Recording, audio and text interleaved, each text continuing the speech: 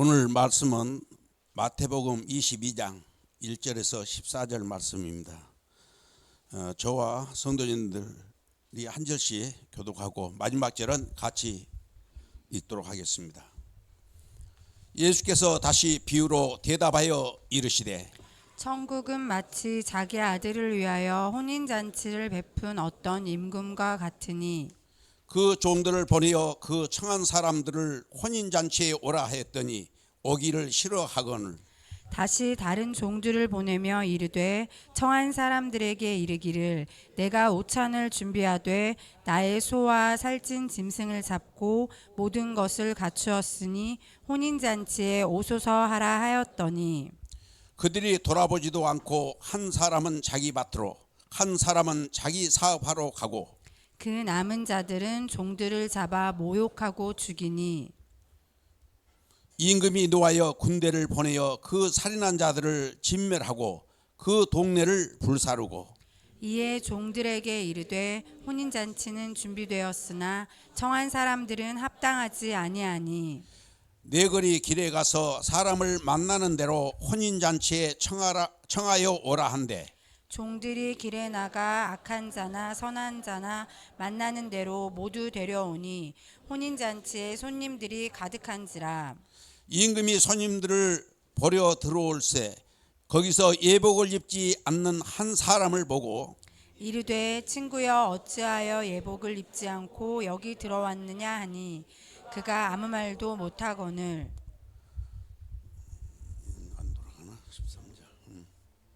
임금이 사람들에게 말하되 그 손발을 묶어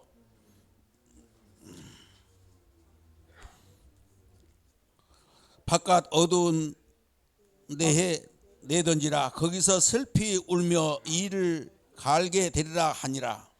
청함을 받은 자는 많되 택함을 입은 자는 적으니라. 아멘. 오늘 설교 말씀은 예수님의 마지막 일주일 7번째로서 성경 강화 2번째 혼인잔치 비유 1번째 말씀으로 목사님 나오셔서 말씀을 전하시겠습니다. 말씀에 많은 은혜 받으시기 바랍니다.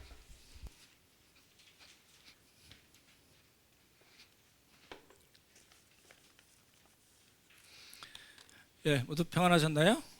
이제 봄이 왔나요? 봄이 온 걸로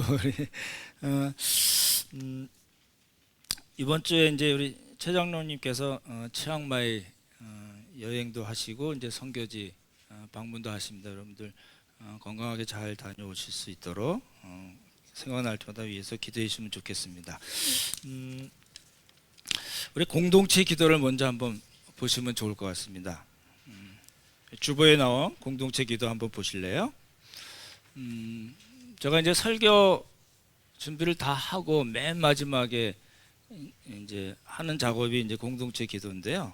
공동체 기도만 보셔도 오늘 설교가 뭔가 이렇게 아실 수 있으리라고 생각이 되는데 한번 같이 읽어볼까요? 시작. 참 좋으신 성부 성자 성령 하나님, 우리는 오늘 혼인잔치의 비유를 통하여 예수님께서 종교 지도자들의 불순종과 악행을 지적하시고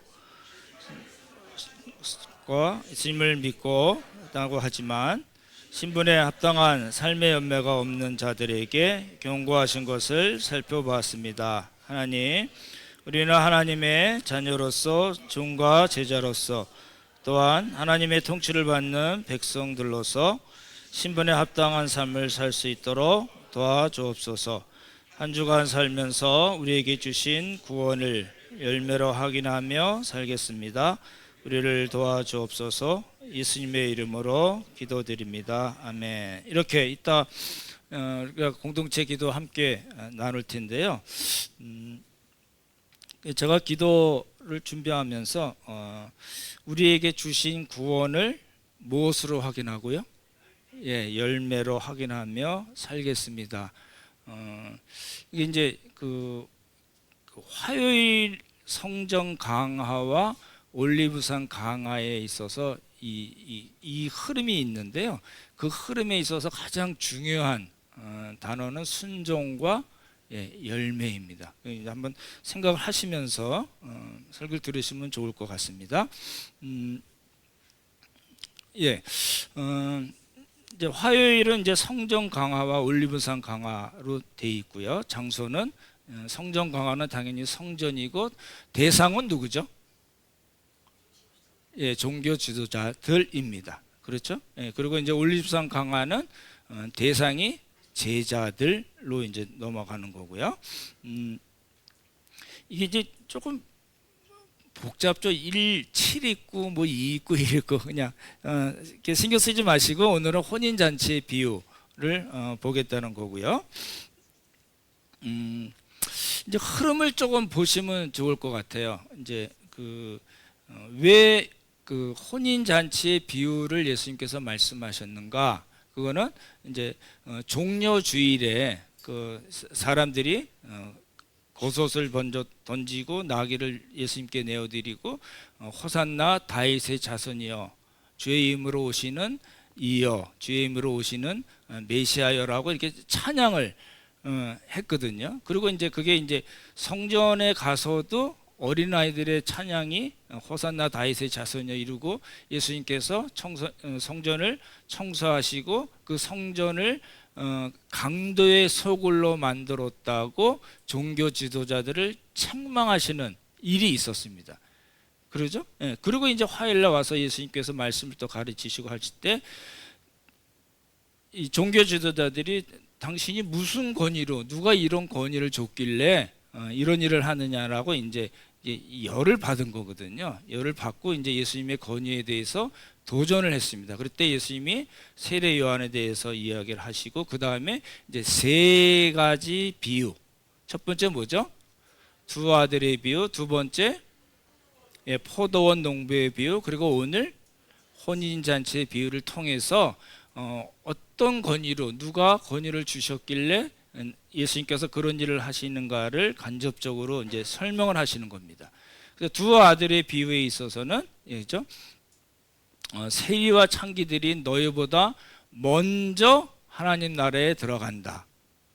그렇게 얘기했죠. 그러니까 먼저란 말을 속으면 안 된다고 말씀드렸고, 그래서 2 아들의 비유에 있어서 예수님께서 강조하신 것은 순종이다 라는 걸 말씀드렸고, 두 번째 포도원 농부의 비유는 열매 아주 좋은 조건으로, 그렇죠? 울타리도 치고 포도주 틀도 만들고 망대도 만들고 그 이사야서 말씀처럼 극상품 포도나무를 심고 와서 잘 경작하면 하고 소작료만 내면 되는 아주 좋은 조건으로 예수님께서 말씀하셨음에도 불구하고 주인이 말씀했음에도 불구하고 이 사람들은 열매를 내놓지 않았습니다. 그래서 4-5년 동안 자기네 마음대로 일하고 열매를 내놓지 않고 그리고 보낸 종들 그렇죠? 그리고 아들도 죽이는 악행을 범했습니다. 그래서 이제 두 번째 비유에 있어서 강조하는 예수님께서 강조하시는 것은 뭐예요? 열매입니다. 그리고 이제 오늘 혼인잔치 비유로 들어가는데요. 이게 조금 오늘 내용이 조금 어려울 수 있어서 미리 말씀을 좀 드릴게요. 혼인잔치 비유는 이게 하나잖아요. 소리 신경 쓰지 마시고요. 하나 비유가 하나잖아요. 예수님 비유가 많거든요. 제가 그 30대, 40대 이럴 때 필 받아가지고 우리나라에 나와 있는 모든 비유책을 다 사서 공부하고 연구해서 이렇게 교회에서 쓸 수 있는 교재를 만들어서 여러 번 강의도 하고 제가 선교사 때 다른 교회 가서 설교할 기회에 있으면은 예수님의 비유에 대해서 많이 이야기한 적이 있었는데요. 모든 비유는 다 말씀드린 대로 뭘 생각하라고요? 그러니까 문맥과 상황을 생각하고 그것을 통해서 예수님께서 말씀하시는 것은 하나다 이거든요. 근데 이 비유는 조금 다른 게 뭐냐면은 하나의 비유처럼 보이는데 대상이 둘이에요. 그런 비유는 없습니다. 이 비유가 딱 하나인 것 같고요. 하나의 비유인 것 같은데 대상이 둘이니까 하나의 비유라고 얘기할 수도 있고 대상이 둘이기 때문에 하나처럼 보이는 두 개의 비유로 이야기할 수도 있습니다. 이제 예수 얘기를 들으시면 이제 아실 것 같고요. 그래서 이제 2절부터 7절까지 오늘 본문 보시면은 이제 첫 번째 초대한 사람들에 대한 그렇죠? 이야기가 나오고 초대에 응하지 않은 사람들을 멸하는 장면이 나오고 두 번째 또 선한 자나 악한 자 다 누구든지 다 불러 모아서 그 혼인 잔치를 채우라고 말씀하시고 채웠는데 한 사람이 예복을 안 입은 사람이 나옵니다. 그래서 그 사람을 바깥에 내어 쫓이고 그렇죠? 그런 장면이 나오는 두 개의 스토리로 되어 있습니다. 첫 번째 거를 이제 보시겠습니다. 보시면요, 우리 여러분이 이제 예를 들어서 결혼식을 한다든지 무슨 잔치를 한다든지 그러면 어떻게 하시나요? 손님을 초대할 때 초대장 같은 거나 또 전화나 카톡으로 이렇게 언제 이런 거 합니다. 오시면 좋겠네요. 그러면은 이제 그 때가 되면 오잖아요. 근데 유대인들은 보통 어떻게 하냐면요, 초대를 먼저 합니다. 초대를 하면 참석을 하실 건가, 이런 잔치를 벌이는데 참석을 하실 수 있으신가요? 그러면 그렇다 그러면 그 사람이 그렇다 그러면 준비가 다 됐을 때 종들을 보내서 이제 준비가 다 됐습니다. 오십시오 라고 이야기합니다. 그러니까 초대를 이제 두 번을 하는 게 되겠죠. 그러죠? 예, 이게 유대인들 풍습입니다. 근데 이제 이 비유를 자세히 보시면요, 그 당시 풍습하고 조금 달라 보입니다. 한번 보실래요? 3절을 한번 보시기 바랍니다.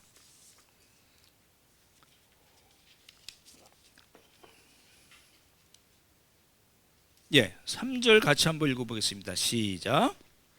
증도를 보내어 그 청한 사람들을 혼인잔치에 오라 하였더니 오기를 싫어하거나, 그러니까 그 종들을 보내어 뭐라고요? 그 청한 사람들, 그러니까 첫 번째 초대한 거죠. 되시죠? 그리고 그 사람들을 뭐라고요? 이제 준비가 됐습니다. 예, 혼인잔치에 오십시오라는 게 두 번째 초대입니다. 이해가 되시죠? 그게 이제 유대인의 풍습인데요. 이 비유는 조금 달라요. 보십시오. 먼저 초대한 사람 초대를 하고 이제 준비가 다 됐으니까 이제 오십시오라고 두 번 이야기하고 4절을 한번 보십시오. 4절 보겠습니다. 시작. 다시 다른 종들을 보내며 이르되 청한 사람들에게 이르기를 내가 오찬을 준비하되 나의 소와 살진 짐승을 잡고 모든 것을 갖추었으니 혼인잔치에 오소서 하라 하였더니, 오라 하였더니는 몇 번째 초대인가요? 다시요. 그래서 그 청한 사람들이 있었잖아요. 처음에 초대를 했고 그리고 이제 준비가 다 됐습니다. 그래서 오라고 그랬어요. 그렇죠? 싫어했어요. 근데 싫어했어요. 그래서 다시 다른 종들을 보내서 이제 다 준비가 됐으니까 혼인잔치에 오십시오 라고 했잖아요. 그러니까 몇 번 초대한 거죠? 3번입니다. 그래서 이제 그러니까 당시 예수님의 스토리에는 당시 유대인의 풍습을 넘어서는, 그렇죠? 그런 초대가 또 나온다는 겁니다. 그러니까 그만큼 여기 그 비유에 나오는 임금이 그 혼인잔치를 얼마나 중요시 여겼고 얼마나 힘을 많이 썼는가. 그래서 초대할 올 거를 확인하고 시간이 됐을 때 초대했는데 안 오니까 또 다시 다른 종들을 보내서 또 초대하는 그런 모습을 볼 수가 있습니다. 그렇죠? 그러니까 아까 말씀드린 대로 이제 첫 번째 초대, 두 번째 초대가 있고요. 이제 첫 번째 초대 비유 스토리를 보는 거죠. 두 번의 초대인데 그렇지 않았어요. 근데 이 사람들이 조금 이상해요. 잘 보시면요, 3절 끝에 보시면 오기를 싫어했어요. 되게 이제 예수님의 스토리는 일반적인 당시 사람들이 다 알아듣는 그런 스토리를 말씀하시면서도 조금 다른 측면을, 이렇게 다른 스토리를 예수님께서 말씀을 하시는 장면들이 많이 나오거든요. 근데 오기를 싫어했다는 건 미알려요. 나 안 가. 계속 그런 거예요. 간다고 이야기하고 나서 안 가.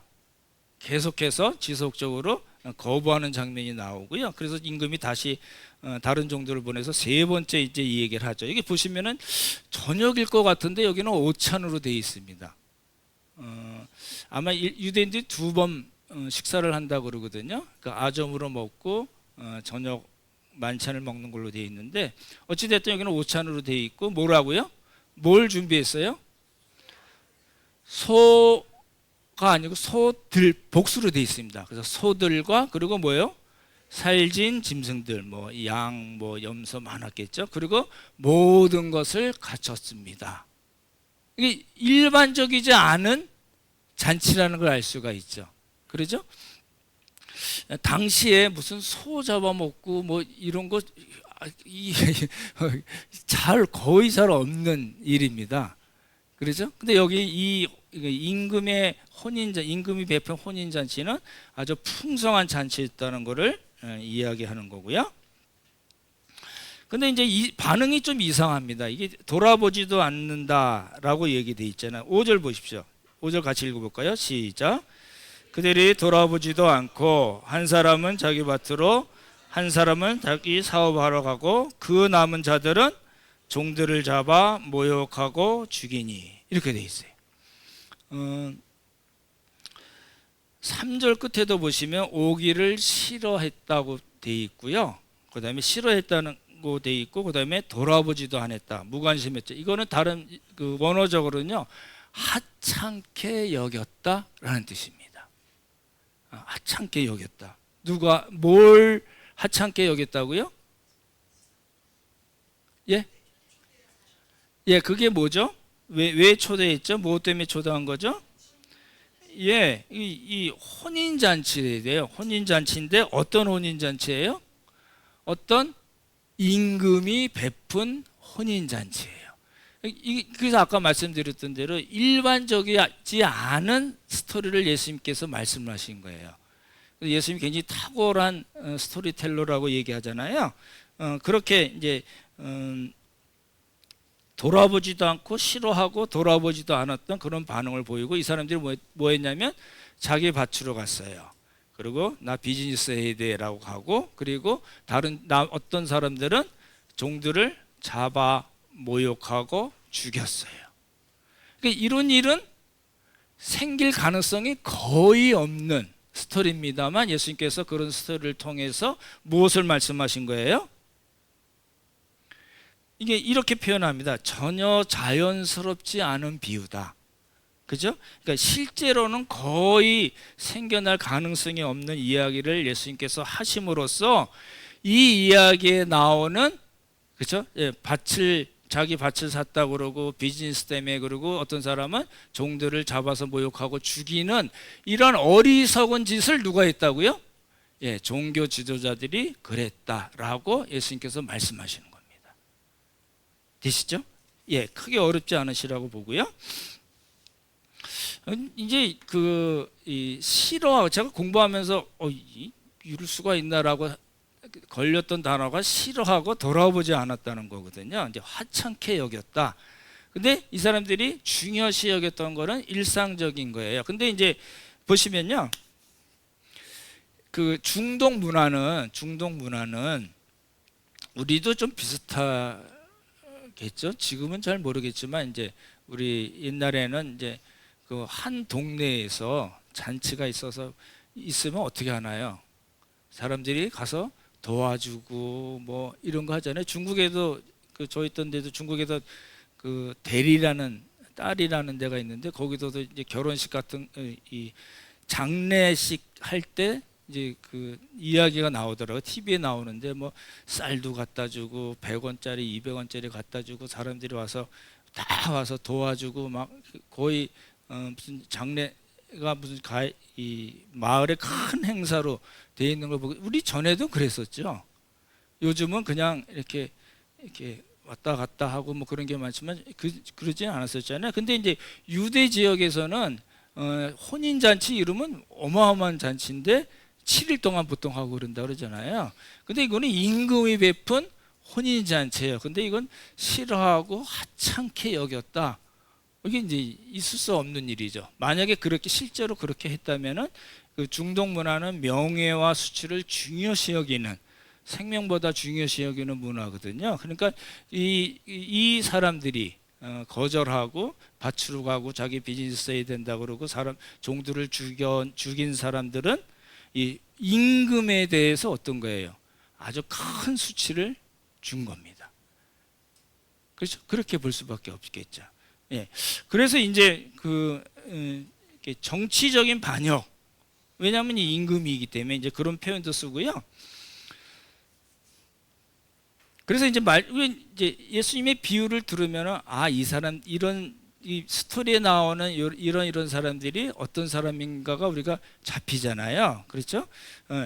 이렇게 종들을 죽인 사람들, 그리고 밭으로 가야 된다가 사서 밭으로 가야 된다. 난 비즈니스가 바빠 이랬던 사람들은 전부 다 종교 지도자들과 예수님을 믿기를, 영접하기를 거절한 사람들입니다. 그렇죠?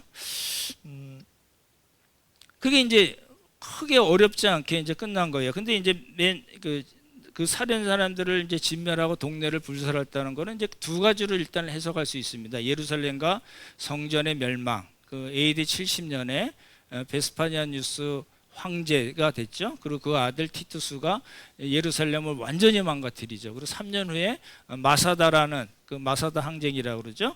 그래서 73년에 망했는데 한 1000명 정도가 거기 열심당에 들어갔다가 다 서로 죽이고 서로 죽이고 한 대여섯 명뿐이 안 남은 그런 일들을 있었다는 걸로 우리가 볼 수 있고요. 조금 더 길게 보면 이거는 세상의 종말과도 관계가 되는 걸로 이야기할 수가 있습니다. 이제 하나가 끝났습니다. 이제 두 번째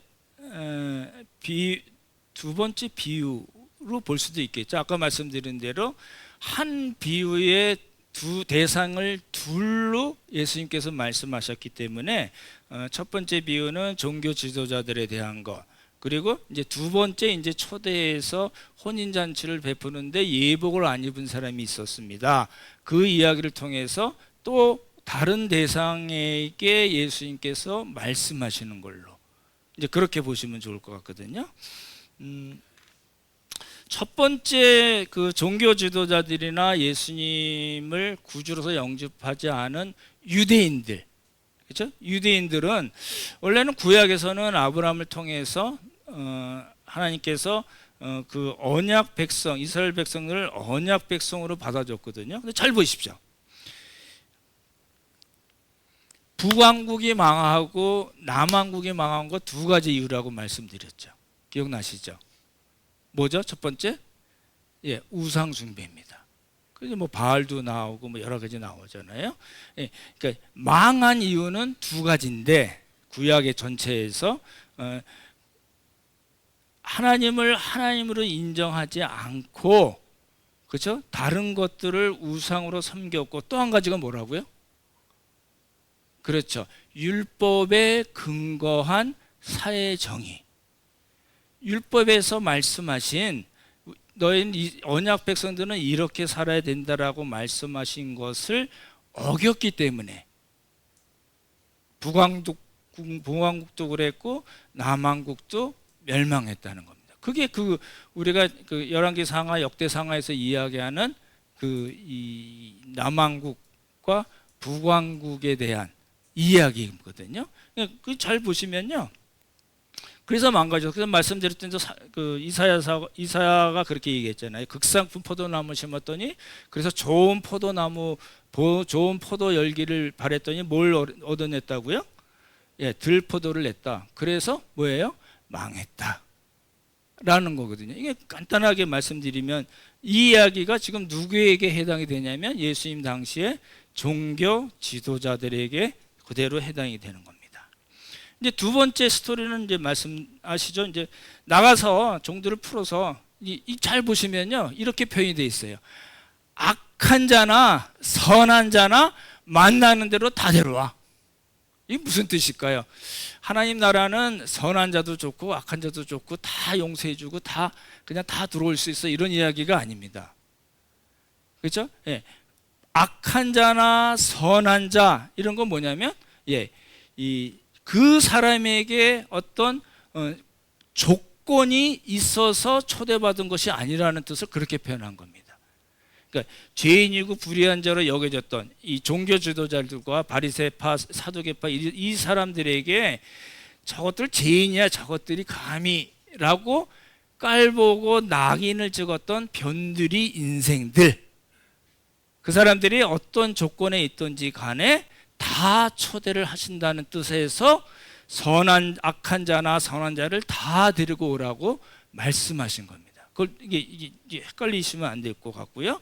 근데 거기에는 이제 유대인들이 그 종교 지도자들과 예수님을 믿지 않은 유대인들이 있으니까 이제 유대인은 다 아웃이야라는 건 아니고요. 유대인도 있고 이제 새로 들어온 사람들이 누가 있어요? 이제 이방인들이 들어오는 겁니다. 그걸 꼭 기억하시면 좋을 것 같고요. 그래서 조건이 없이 누구든지 예수 그리스도의 초대에 응해서 그 말씀대로 사는 사람들은 다 혼인잔치에 들어올 수 있다라고 이야기합니다. 그래서 생겨난 게 뭐예요? 그리스도 안에서 새로 생겨난 새로운 공동체입니다. 그걸 꼭 기억을 하시면 좋을 것 같고요. 그래서 이제 혼인잔치를 모든 사람이 다 들어올 수 있게 공개적으로 초청하셨고, 그거는 이제 아까 보여드렸던 아브라함과 말씀하시는 언약 백성, 이스라엘 백성들만 갖는 그런 특권은 이제 어떻게 했다고요? 이제 없어졌다라고 이야기하는 겁니다. 그렇죠? 근데 이제 손님이 가득했어요. 그래서 이제 비스듬히 누워 기대에 누워 이제 식사하는 사람, 이 유대인들의 식사 방법이죠. 이렇게 하나요? 이렇게 하나요? 이렇게 기대해서 먹는 그런 방식으로 식사하는 장면이 나오는데요. 그래서 이제 말씀드렸던 대로 나갈 수밖에 없는, 이제 특권이 없어져서 이제 쫓겨나는 사람이 있을 뿐만 아니라 이제 새롭게 들어오는 사람들이 있다. 옛 것이 이제 없어지고 이제 새로운 새 공동체가 이제 생겨났다라는 겁니다. 보십시오. 여러분은 지금 어디에 속해 계신가요?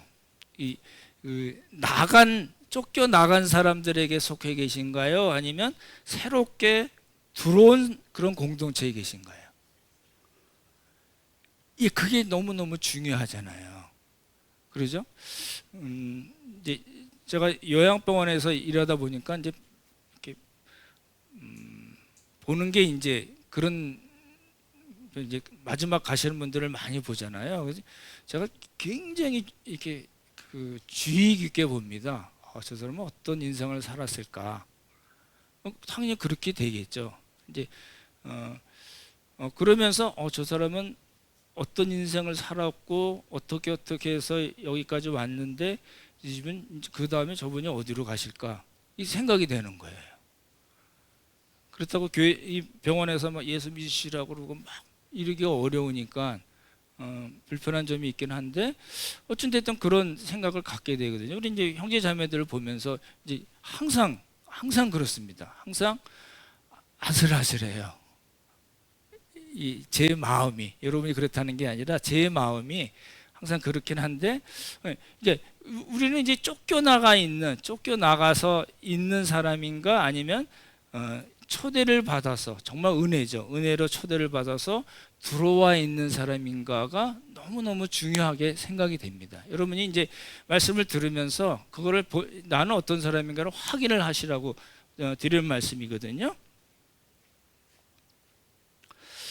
근데 이제 잔치가 벌어지고 이제 사람들이 이제 그 예복을 나눠주거든요. 이제 임금이 그 잔치에 온 사람들에게 다 이제 예복을 나눠주고 이제 잔치가 이제 사람들이 많이 벌어지고 막 이제 시끌벅적했겠죠. 근데 이제 임금이 쫙 등장하는데 임금의 눈이 어디에 딱 꽂혔어요? 예복을 입지 않은 한 사람이라고 돼 있어요. 예복을 입지 않은 한 사람이 눈에 확 띈 거예요. 그래서 임금이 뭐라고 그래요? 친구여. 이건 이제 좋은 뜻에서 친구가 아닙니다. 어찌하여 예복을 입지 않고 여기 들어왔느냐? 빨리 옷 갈아입고 다시 잔치에 참여해야지라고 얘기하지 않고 뭐라고 그랬어요? 그 손발을 묶고 바깥 어둠에 내어 던지라. 슬피 울며 이를 갈게 되리라. 이게 이제 이 스토리가 이제 희한해지는 거예요. 잘 보십시오. 이게 이제 종교 지도자나 예수님을 영접하지 않고 핍박하고 종교 지도자들을 따라다녔던 그 유대인, 일반 유대인이라면은 이렇게 이 말이 그래 쟤들은 순종도 안 하고 열매도 안 맺고 예수님 핍박하고 복음을 안 받으려서 그렇게 됐나 보다 하는데, 문제는 뭐냐면 새로운 공동체에 들어왔는데 그 중에 한 사람이 예복을 입지 않아서 쫓겨났어요. 밖에 나가서 슬피 울며 이를 갈게 됐어요. 그러면 좀 얘기가 달라지는 거예요. 그렇죠? 예, 그걸 좀 조심해서 봐야 된다는 겁니다. 무슨 뜻일까? 라는 겁니다. 다음 주에도 조금 더 이제 설명을 더 드리긴 할 텐데요. 행위 구원이라고, 이제 조금 어려운 말이긴 하지만 행위 구원이라는 말 아시잖아요. 믿음으로만 구원 얻는 거 아니다. 이제 잘 들으셔야 이제 여기서 이제 많은 이단들이 생겨납니다. 믿기만 해서 구원 얻는 게 아니고 뭘 해야지, 그래야지 구원을 얻는 거 아니겠어요? 라고 얘기하는 게 뭐예요? 행위 구원입니다. 이게 잘 보시면 좋을 것 같아요. 이제 우리 켈빈주의 5대 교리가 전적 타락, 그 다음에 무조건적 선택, 그 다음에 제한적 속죄, 그 다음에 불가항력적 은혜, 그리고 성대의 견인이라는 게 있는데요. 아까 우리 장로님 암송하실 때 로마서 나오잖아요. 의인은 없나니 하나도 없다. 그렇죠? 자신의 행위로 구원 얻을 만한 사람들, 유대인이나 이방인 앞만 뒤져봐도 한 사람도 없다라는 얘기잖아요. 그러니까 예수님을 믿기는 했지만 그래도 어떤 행위가 있어야지 구원을 얻는 거지라고 생각한다는 겁니다. 맞을까요? 틀릴까요? 행위 구원이 맞을까요? 틀릴까요? 틀립니다.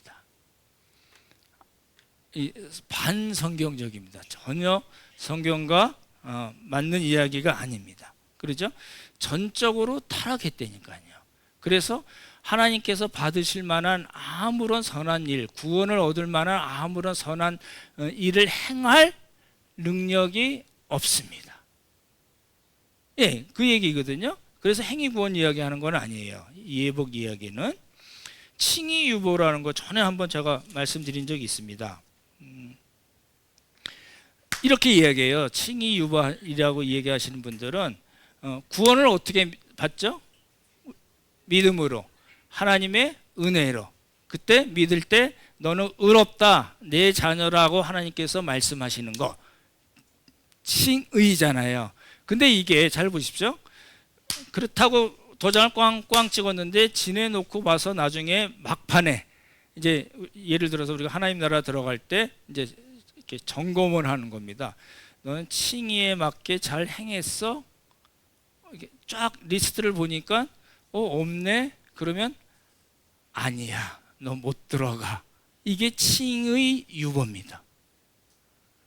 그러니까 우리가 믿음으로 구원을 얻었지만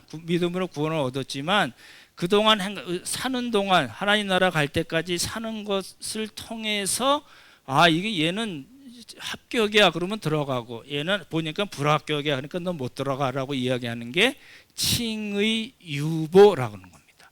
칭의를 하긴 하셨지만 유보했다가 나중에 합격 불합격을 판정하시겠다라고 이야기한다는 겁니다. 맞나요? 틀리나요? 틀립니다. 이게 이제 여러 번 말씀드렸지만 이제 한국이 나온 세계적인 신학자 김세윤 교수님이 얘기해서 한국 교회가 시끄러졌었습니다. 그래서 제가 그 교수님 잘 아는 우리 아는 분에게 그분은 뭘 했길래 그렇게 자신이 있어? 이렇게까지 물어봤어요. 그렇게 얘기하면 안 됩니다. 근데 이제 우리가 놓치지 말아야 될 부분이 이제 예복에 포함이 돼 있어서 말씀을 드리는 거거든요. 두 가지는 다 아니라는 걸 말씀을 드렸고요. 그러면 이제 조금 복잡해지는 겁니다. 잘 보십시오.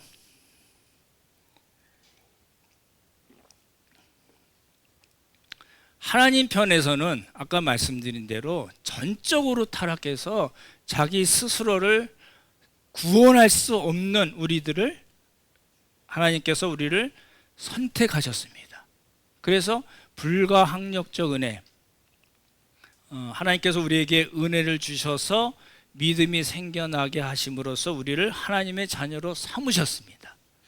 하나님이 그렇게 삼으시고 내가 내 자식으로 삼았는데 그리고 내가 잘못해서 얘 죽었네, 얘 지옥 갔네 이러시는 하나님이실까요? 아니죠. 하나님은 실수가 없으신 전지전능하신 하나님이시니까 일단 한번 믿은 사람들은 어떻게 돼요? 구원을 얻는 겁니다. 그래서 한 번 구원은 영원한 구원이란 말이 맞습니다. 근데 이제 우리 편에서는 그 말씀은 맞는데 우리 편에서는 내가 하나님의 말씀에 합당한 삶을 잘 살고 있는가? 예복이 없어서 쫓겨났다 그러는데 나는 예복을 잘 갖춰 입은 사람인가를 확인해야 된다는 이야기입니다. 이게 되게 까딱 잘못하면 밸런스를 놓쳐요. 여쭤볼게요. 여러분 예수님 믿으시나요? 정말? 그러시죠? 예, 그러면 구원받은 사람인가요? 아닌가요? 구원받은 사람이에요. 여러분이 행위로 뭔가 좀 잘해서 구원받았다고 생각하시는 거 아니죠? 예, 칭의 하나님의 자녀가 된 다음에 그리고 우리가 뭔가를 잘해야지만이 진짜 하나님의 자녀가 된다고 믿는 것도 아니시죠? 예, 그러시거든요. 근데 왜 예복 이야기가 나오고 왜 열매 이야기가 나오냐는 거예요. 그러니까 그걸 왜 우리가 헷갈리냐면 하나님 편에서는 너무나 확실한 거예요. 확실한 거예요. 100%예요. 믿으면 구원을 얻는 겁니다. 한 번 구원은 영원한 구원입니다. 근데 우리 편에서 내 자신을 확인해 봐야 되잖아요. 그러니까 이제 그 사형리식으로 하나님은 당신을 향한 계획을 갖고 계십니다.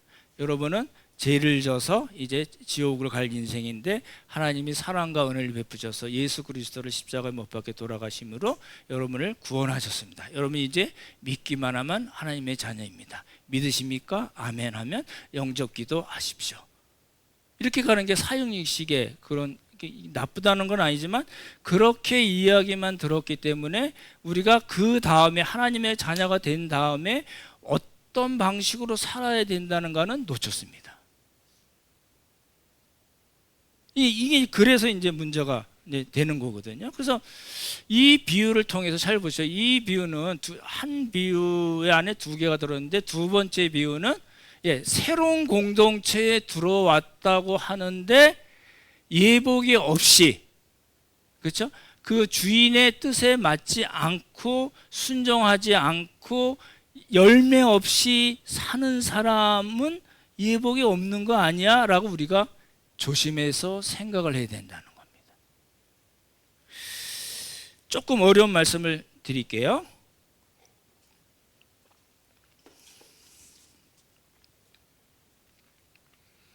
지금 우리가 보고 있는 게 마태복음 22장이잖아요. 근데 우리는 이제 그렇게 생각하는 거예요. 이렇게 딱 기록된 이 하나님의 말씀이 나한테 하는 거다, 그런 건가요? 맞죠. 맞는데 중간 과정이 있어요. 그게 뭐냐면요, 마태복음은요, 마태가 자신의 공동체, 자신의 첫 번째 독자에게 이야기한 겁니다. 맞죠? 우리가 그걸 놓쳐요. 거의 다 놓쳐요. 그렇게 하면 해석이 안 돼요. 마태가 이제 이 예수님 성전 강화 때 이제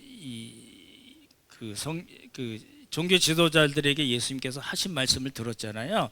근데 그 하신 말씀 세 번째 비유 중에 하나가 예복 이야기를 하신 애를 마태가 알았거든요. 그래서 그것을 자신의 공동체, 자신의 첫 번째 독자에게 이제 이렇게 이야기를 하는 거예요. 근데 잘 보십시오. 예수님의 상황하고 잘 보십시오. 예수님께서 이 말씀을 하셨을 때 상황은 건의의 도전이거든요. 근데 마태가 마태의 독자들에게 공동체에게 이야기할 때 그 상황은요. 이 마태의 독자 공동체, 새로운 공동체 교회가 예수님의 건의에 대해서 도전하는 건가요? 다르잖아요. 그러죠? 상황이 달라요. 그러니까 그 같은 이야기라 하더라도 마태가 마태의 공동체 이야기하는 거는 이 마태의 공동체라고 얘기하거든요. 이제 일반적으로는 안디옥에 있는 가정교회들이라고 이야기하거든요. 그래서 AD 한 70년에서 80년 좀 어간에 쓰여진 걸로 보는데 그때 안디옥에 있었던 마태의 공동체에 어떤 문제가 있었다는 거예요. 복잡해지나요?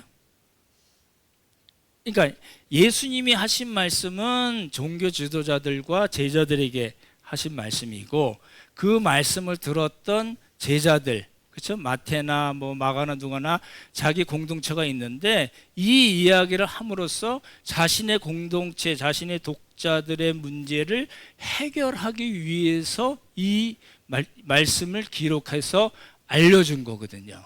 되시죠? 그러면 이 공동체는 무슨 문제가 있었을까요? 예복을 생각한다면 이런 거예요. 그러니까 유대인들이 많았거든요. 마태 공동체는 유대인들이 많았고 새로 들어오는 누구요? 이방인들이 있어요. 전통적인 유대인들은 율법주의에 가깝고요. 새로 들어온 이방인들은 율법 폐기론자에 가까워요. 그걸로 구원하는 거 아니라며 이렇게 얘기하는 거 아니야. 그래도 그렇게 해야지라고 요 문제가 있었던 거예요. 요 문제가 있었던 거를 예수님께서 이제 마태복음 말씀 보시면은 율법을 어떻게 해요? 새로 재해석해 주세요. 그렇게 얘기했는데 그건 이런 뜻이야. 그렇게 구약에 이야기됐는데 그건 이런 뜻이라고 예수님께서 말씀을 해주신 게 나오잖아요.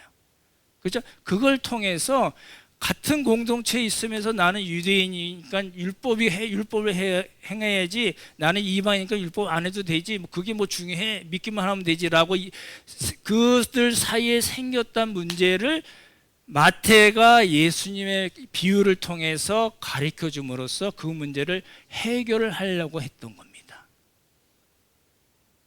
조금 어려울 수 있긴 하겠지만 잘 한번 생각해 보시면 좋을 것 같아요. 마태복음 7장을 한번 보십시오.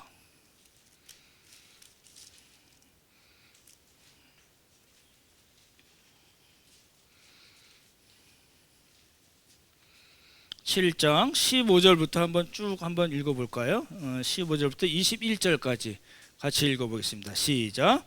거짓 선지자들을 삼가라. 양의 옷을 입고 너에게 나오나 속에는 노략질하는 일이라. 그들의 열매로 그들을 알지니 가시나무에서 포도를 또는 엉겅퀴에서 무화과를 따겠느냐. 이와 같이 좋은 나무마다 열매를 맺고 못된 나무가 나쁜 열매를 맺나니 좋은 나무가 나쁜 열매를 맺을 수 없고 못된 나무가 아름다운 열매를 맺을 수 없느니라. 아름다운 열매를 맺지 아니하는 나무마다 찍혀 불에 던지우니라. 이러므로 그들의 열매로 그들을 알리라. 나더러 주여 주여 하는 자마다 다 천국에 들어가는 것이 아니요 다만 하늘에 계신 내 아버지의 뜻대로 행하는 자라야 들어가리라. 이 말씀이 왜 나온지 기억되시나요? 마태 공동체에 어떤 사람들이 있었어요? 내가 주의 이름으로 선지자 노릇도 타고 주의 이름으로 귀신도 쫓고 주의 이름으로 능력도 권능도 행했습니다 라고 잘못된 신앙을 갖고 그리고 그 사람들 때문에 영향을 받았던 마태 공동체에 많은 사람들이 있었기 때문에 예수님께서 뭐라고 얘기하시는 거예요? 쟤네들처럼 주여 주여 한다고 다 가는 거 아니다. 잘 보십시오. 그럼 여기 뭐라고 해요? 다만 하늘에 계신 내 아버지의 뜻대로 행하는 자라야 가는 거다. 이게 뭐예요? 예복입니다. 그러니까 이렇게 얘기하면 좋겠잖아요. 주여 주여 하는 자마다 하늘에 들어가는 게 아니라 나를 믿고 이렇게 교회 생활 잘하고 헌금 열심히 하고 들어가, 그래야지 하나님 나라가, 이렇게 얘기하면 쉽게 들어오잖아요. 근데 예수님 그렇게 말씀 안 하셨다니까요. 왜요? 마태 공동체에 그런 상황이 있었고 마태가 예수님의 말씀을 듣고 이제 전한 거죠. 전하는데 그 공동체는 그런 문제가 있어요. 거짓 선지자들 때문에 엉망이 될 수도 있고 교인들 간에 여러 가지 문제가 생겨요. 그러니까 이제 죄를 서로 용서하고 사랑하고 순종하고 열매를 맺는 이런 삶이 예복을 입고 있어야지만이 어떻게 된다고요? 그래야지 하나님 나라 들어가지 말로만 떠든다고 되는 거 아니야 라는 의미에서의 예복이고 순종이고 열매입니다. 되게 복잡하죠? 그래서 다음 주에 한 번 더 말씀을 드리긴 할 거예요. 그래서 이제 갈라디아서 2장 말씀도 나오고 여러 가지 갈라디아서 5장 말씀도 나오고 여러 가지 말씀을 드릴 텐데 일단 오늘은 이렇게 정리하시면 좋을 것 같아요. 세 번째 비유의 두 번째는 뭐냐? 혼인잔치의 두 번째 비유는 새로운 공동체에 들어왔으나 그 신분에 합당한 그 초대에 합당한 삶을 살지 않고 여전히 불순종하고 여전히 열매 없는 사람들은 아니다 라는 걸 예수님께서 말씀하신 겁니다. 그리고 그 말씀을 마태가 자신의 공동체에 이야기함으로써 공동체에 생겨난 문제를 해결하려고 한 것입니다. 오늘 말씀을 마칠게요. 이제 이런 생각이 들었어요. 우리는 아닌가? 이제 이런 생각이 드는 거예요. 나는 아닌가? 라는 생각이 드는 거예요. 이제 여러분이 가지고 계셨던 기본적인 정말 좋은 신앙이거든요. 하나님이 나를 사랑하셔서 어찌 해서 복음을 듣게 하시고 그리고 하나님의 은혜로 우리가 믿어지게 하시고 그럼으로써 구원을 하시고 의롭다 하시고 하나님의 자녀로 만들어 주셨다라는 건 너무나 중요한 신앙이에요. 이 신앙을 우리는 아무도 반박할 수 없고 정말 성경적인 이야기인데 문제는 뭐냐면 그러니까 나 이제 먹고 놀래. 두 가지잖아요. 먹고 띵가띵가 놀다 저희 집에는 홍야홍야라고 그럽니다. 홍야홍야 놀다가 나 하나님 나라 쏙 들어갈래. 그러면 그 사람이 정말 예복을 잊고 있는 사람인가? 그 사람이 정말 자기 신분에 합당한 그런 열매 맺는 삶을 사는 건가 순종하는 사람인가를 우리가 생각해 봐야 된다는 겁니다. 그러시죠? 그래서 오늘 세 번째 혼인잔치 비유에서의 두 번째 말씀이 두 번째 비유가 저희들이 잘 따져보고 그 말씀에 비춰서 우리 자신을 점검해보고 어떻게 돼요? 바뀌어야 돼요. 순종하고요. 열매를 맺어줘야 돼요. 오늘 아침에도 이제 찬양팀 연습하기 전에 이제 일작은교회랑 우리 예배팀 찬양팀 같이 이렇게 기도하시는 모습 보면서 너무 감사하더라고요. 토요일 그리고 주일 그리고 내일 또 놀잖아요. 뭐 연차 하루만 내면 한 4, 5일은 스트레이트로 놀 수 있는 좋은 기회인데 젊은 집사님들이 또 우리 일자건교회 분들이 일찍 오셔서 준비하고 예배를 위해서 기도하고 그런 모습을 볼 때 저분들은 열매가 있는 분이네 라는 생각이 들었어요. 뭐 교회 목사님과 그렇게 얘기하고 교회를 위하는 것만 다 열매라고 얘기하면 되나? 아니요. 여러 번 말씀드렸듯이 우리들의 개인적인 그리고 가정, 자녀들과에 있어서 그리고 직장에 있어서 그리고 교회 공동체에 있어서 우리가 그런 열매들이 이렇게 있어야 됩니다. 이렇게 하나, 둘 그냥 이따만 뭐 그런 열매 아니래도 아무 관계 없습니다. 조그만 열매라도 맺어지고 조금 쉬었다가 힘들면 또 맺어지고 이게 믿음은 그런 거예요. 정말 구원을 받은 사람들은 그렇게 삽니다.